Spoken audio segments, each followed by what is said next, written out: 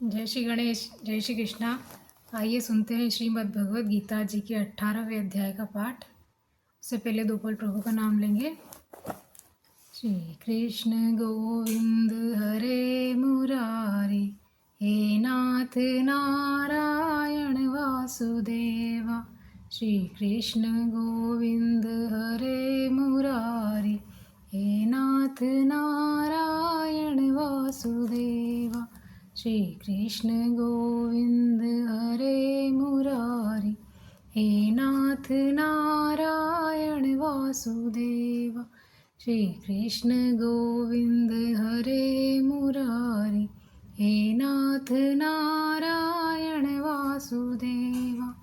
पितुमातु स्वामी सखा हमारे, हे नाथ नारायण वासुदेवा। श्री कृष्ण गोविंद हरे मुरारी, हे नाथ नारायण वासुदेवा। श्री परमात्मा ने नमः। 18वां अध्याय। उसके उपरांत अर्जुन बोले, हे महाबाहो, हे अंतर्यामी, हे वासुदेव, मैं संन्यास और त्याग के तत्व को पृथक पृथक जानना चाहता हूँ। इस प्रकार अर्जुन के पूछने पर श्री कृष्ण भगवान बोले, हे अर्जुन, कितने ही पंडित जन तो काम्य कर्म के त्याग को संन्यास जानते हैं, और कितने ही विचार कुशल पुरुष सब कर्मों के फल के त्याग को त्याग कहते हैं, तथा कई एक विद्वान ऐसे कहते हैं कि कर्म सभी दोषयुक्त है, इसलिए त्यागने के योग्य है, और दूसरे विद्वान ऐसे कहते हैं कि यज्ञ, दान और तप रूप कर्म त्यागने योग्य नहीं है। परंतु हे अर्जुन, उस त्याग के विषय में तू मेरे निश्चय को सुन।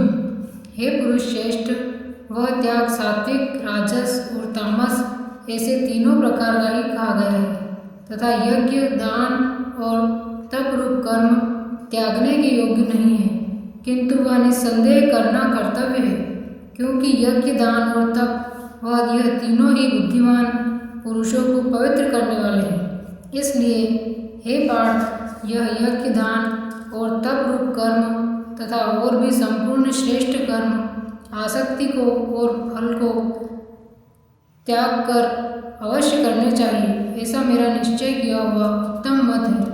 और हे अर्जुन, नियत कर्म का त्याग करना योग्य नहीं है, इसलिए मोह से उसका त्याग करना तामस त्याग कहा गया है।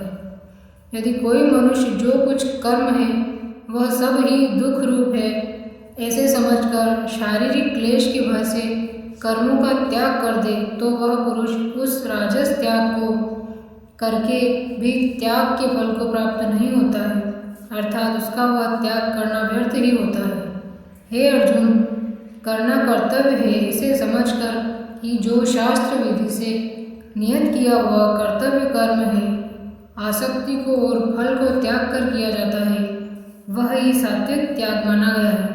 अर्थात कर्तव्य कर्मों को स्वरूप से न त्याग कर उनमें जो आसक्ति और फल का त्यागना है, वही सात्विक त्याग माना गया है। हे अर्जुन, जो पुरुष अकल्याणकारक कर्म से तो द्वेष नहीं करता और कल्याणकारक कर्म में आसक्त नहीं होता है, वह शुद्ध तत्व गुण से युक्त हुआ पुरुष संशय रहित, ज्ञानवान और त्यागी है, क्योंकि देहधारी पुरुष के द्वारा संपूर्णता से सब कर्म त्यागे जाने को शक्य नहीं है। इसलिए जो पुरुष कर्मों के फल का त्यागी है, वही त्यागी है, ऐसा कहा जाता है। सकामी पुरुषों के कर्म का ही अच्छा और बुरा और मिला हुआ ऐसे 3 प्रकार का फल मरने के पश्चात भी होता है, और त्यागी पुरुष के कर्मों का फल किसी काल में भी नहीं होता है, क्योंकि उनके द्वारा होने वाले कर्म वास्तव में कर्म नहीं है। हे महाबाहो, संपूर्ण कर्मों की सिद्धि के लिए अर्थात संपूर्ण कर्मों के सिद्ध होने में यह 5 हेतु सांख्य सिद्धांत में कहे गए हैं, उनको तू मेरे से भली प्रकार जान। हे अर्जुन, इस विषय में आधार और कर्ता तथा न्यारे न्यारे करण और नाना प्रकार की न्यारी न्यारी चेष्टा, वैसे ही पांचवा हेतु देव कहा गया है, क्योंकि मनुष्य मन, वाणी और शरीर से शास्त्र के अनुसार अथवा विपरीत भी जो कुछ कर्म आरंभ करता है उसके वह पांचों ही कारण हैं। परंतु ऐसा होने पर भी जो पुरुष अशुद्ध बुद्धि होने के कारण उस विषय में केवल शुद्ध स्वरूप आत्मा को करता देखता है, वह मलिन बुद्धि वाला अज्ञानी यथार्थ नहीं देखता है। हे अर्जुन, जिस पुरुष के अंतःकरण में मैं करता हूँ ऐसा भाव नहीं है और जिसकी बुद्धि सांसारिक पदार्थों में और संपूर्ण कर्मों में लिपायमान नहीं होती, वह पुरुष इन सब लोगों को मारकर भी वास्तव में न तो मारता है और न पाप से बनता है। हे भारत, ज्ञाता, ज्ञान और ज्ञेय यह तीनों तो कर्म के प्रेरक हैं, अर्थात इन तीनों के संयोग से तो कर्म में प्रवृत्त होने की इच्छा उत्पन्न होती है, और कर्ता, करण और क्रिया यह तीनों कर्म के संग्रह हैं, अर्थात इन तीनों के संयोग से कर्म बनता है। उन सब में ज्ञान और कर्म तथा कर्ता भी गुणों के भेद से सांख्य शास्त्र में तीन तीन प्रकार से कहे गए हैं, उनको भी तू मेरे से भली प्रकार सुन। हे अर्जुन, जिस ज्ञान से मनुष्य पृथक पृथक सब भूतों में एक अविनाशी परमात्मा भाव को विभाग रहित समभाव से स्थिर देखता है, उस ज्ञान को तू सात्विक जान। और जो ज्ञान अर्थात जिस ज्ञान के द्वारा मनुष्य संपूर्ण भूतों में भिन्न भिन्न प्रकार के अनेक भावों को न्यारा न्यारा करके जानता है, उस ज्ञान को तू राजस जान। और जो ज्ञान एक कार्य रूप शरीर में ही संपूर्णता के सदृश आसक्त है, अर्थात जिस विपरीत ज्ञान के द्वारा मनुष्य एक क्षणभंगुर नाशवान शरीर को ही आत्मा मानकर उसमें सर्वस्व की भांति आसक्त रहता है, तथा जो बिना युक्ति वाला तत्व अर्थ से रहित और तुच्छ है, वह ज्ञान तामस कहा गया है।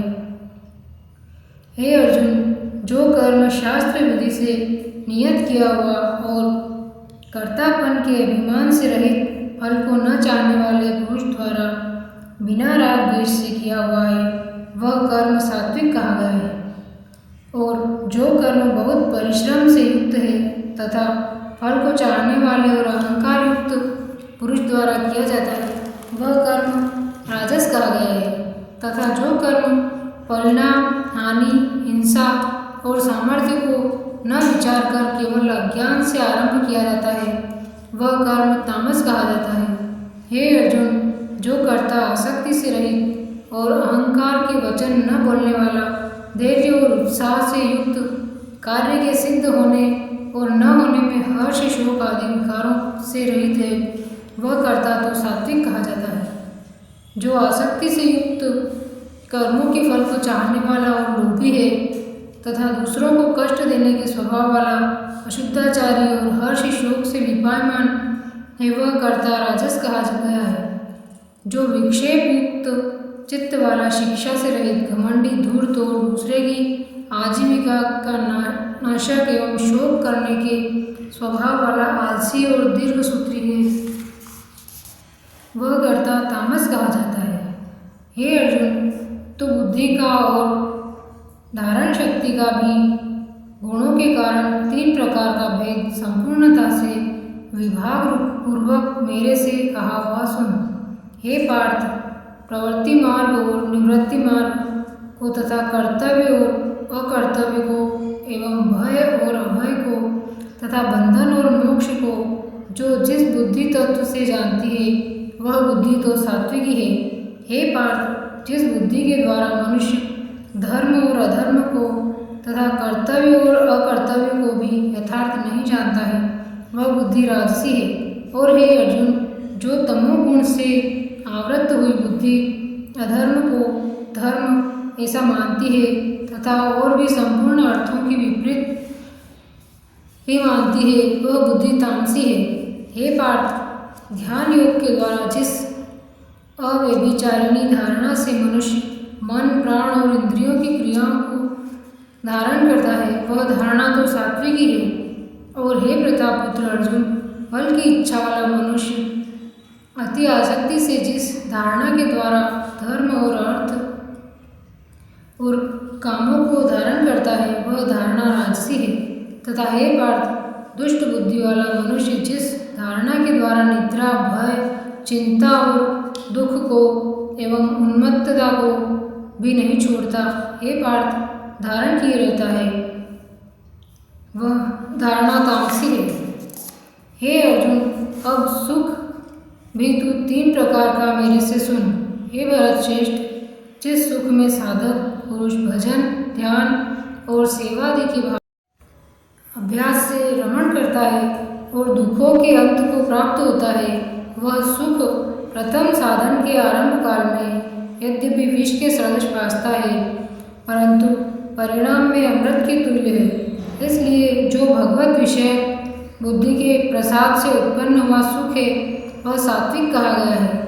जो सुख विषय और इंद्रियों के संयोग से होता है वह यद्यपि भोग काल में अमृत के सदृश भासता है, परंतु परिणाम में विष के सदृश है, इसलिए वह सुख राजस कहा गया है। तथा जो सुख भोग काल में और परिणाम में भी आत्मा को मोहने वाला है वह निद्रा, आलस और प्रमाद से उत्पन्न हुआ सुख तामस कहा गया है। और हे अर्जुन, पृथ्वी में या स्वर्ग में अथवा देवताओं में ऐसा वह कोई भी प्राणी नहीं है कि जो इन प्रकृति से उत्पन्न हुए तीनों गुणों से रहित हो, क्योंकि यावन मात्र सर्व जगत त्रिगुणमयी माया का ही विकार है। इसलिए हे परंतर, ब्राह्मण, क्षत्रिय और वैश्यों के तथा शूद्रों के भी कर्म स्वभाव से उत्पन्न हुए गुणों के करके विभक्त किए गए हैं,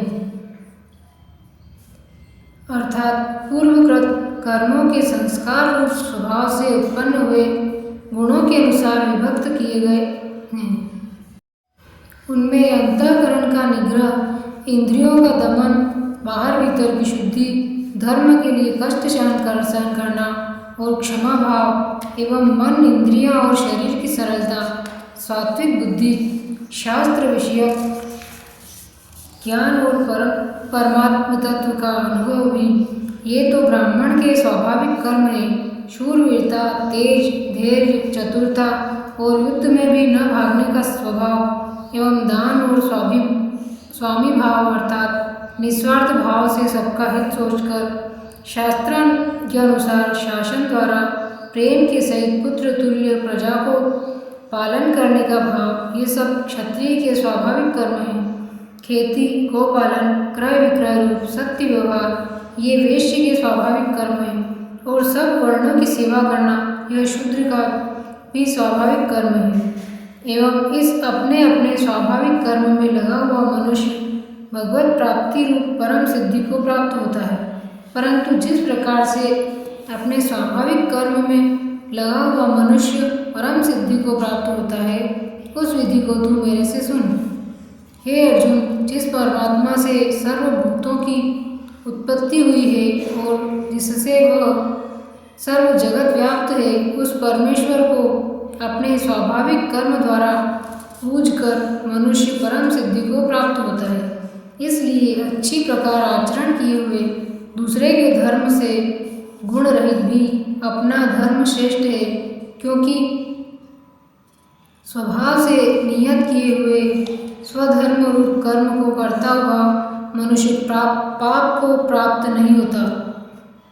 अतएव हे कुंती पुत्र, दोष युक्त भी स्वाभाविक कर्म को नहीं त्यागना चाहिए, क्योंकि धुएं से अग्नि के सदृश सब ही कर्म किसी न किसी दोष से आवृत हैं। हे अर्जुन, सर्वत्र आसक्ति रहित बुद्धि वाला, स्पृहा रहित और जीते हुए अंतःकरण वाला पुरुष सांख्य योग के द्वारा भी परम निष्कर्म सिद्धि को प्राप्त होता है, अर्थात क्रिया रहित शुद्ध सच्चिदानंद घन परमात्मा की प्राप्ति रूप परम सिद्धि को प्राप्त होता है। इसलिए हे कुंती पुत्र, अंतःकरण की शुद्धि रूप सिद्धि को प्राप्त हुआ पुरुष जैसे सांख्य योग के द्वारा सच्चिदानंद घन ब्रह्म को प्राप्त होता है, तथा जो तत्व ज्ञान की परानिष्ठा है उसको भी तू मेरे से संक्षेप में जान।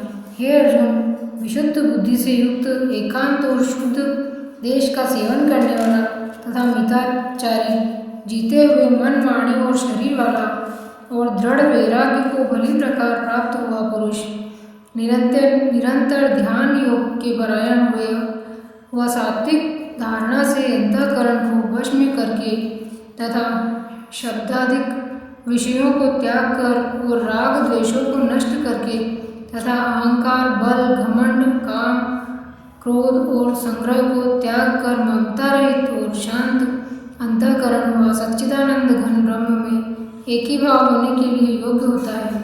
फिर भी वह सच्चिदानंद घन ब्रह्म में एक ही भाव से स्थित हुआ प्रसन्न चित्त वाला पुरुष न तो किसी वस्तु के लिए शोक करता है और न किसी की आकांक्षा ही करता है, एवं सब भूतों में समभाव हुआ मेरी पराभक्ति को प्राप्त होता है। उस पराभक्ति के द्वारा मेरे को तत्व से भली प्रकार जानता है कि मैं जो और जिस प्रभाव वाला हूँ, तथा उस भक्ति से मेरे को तत्व से जानकर तत्काल ही मेरे में प्रवेश हो जाता है, अर्थात अनन्य भाव से मेरे को प्राप्त हो जाता है। फिर उसकी दृष्टि में मुझ वासुदेव के सिवा और कुछ भी नहीं रहता।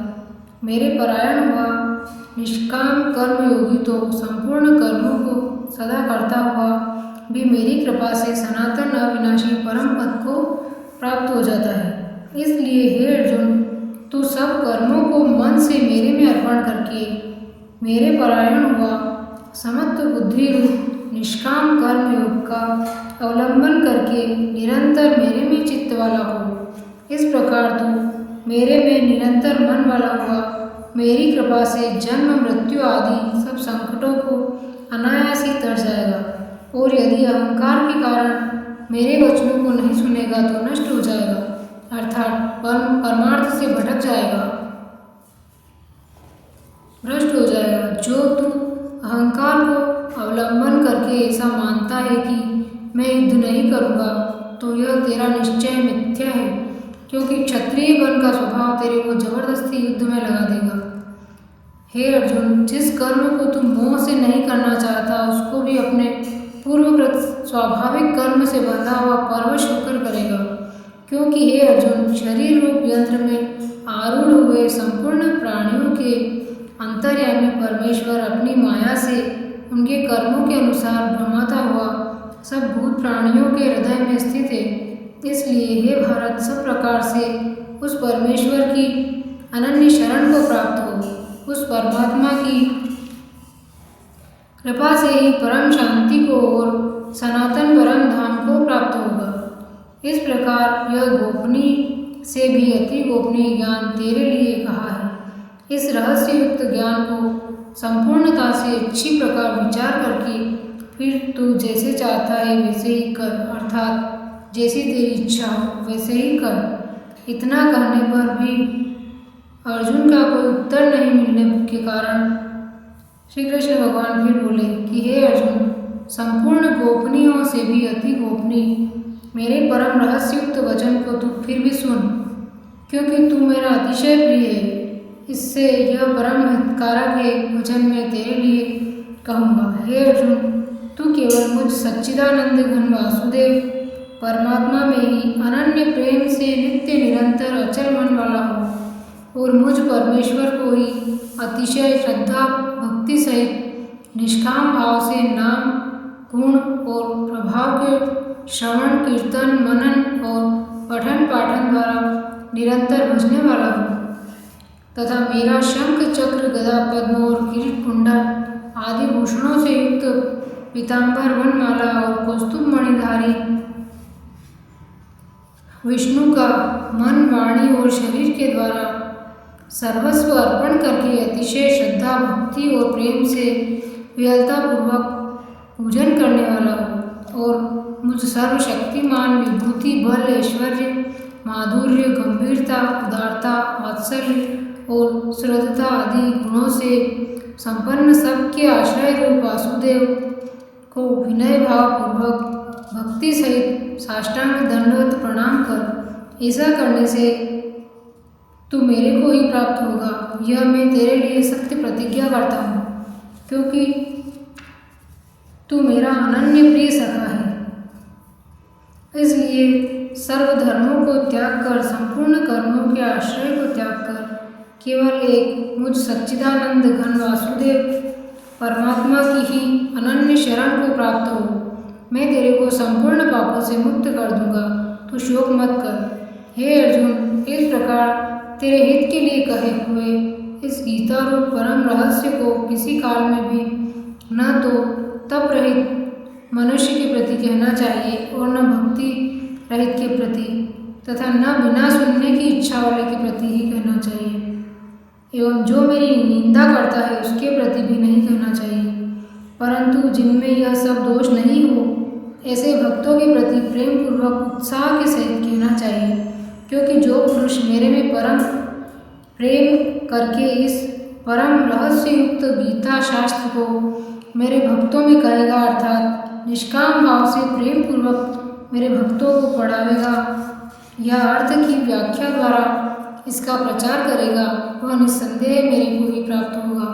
और न तो उससे बढ़कर मेरा अतिशय प्रिय कार्य करने वाला मनुष्य में कोई है, और न उससे बढ़कर मेरा अत्यंत प्यारा पृथ्वी में दूसरा कोई होगा।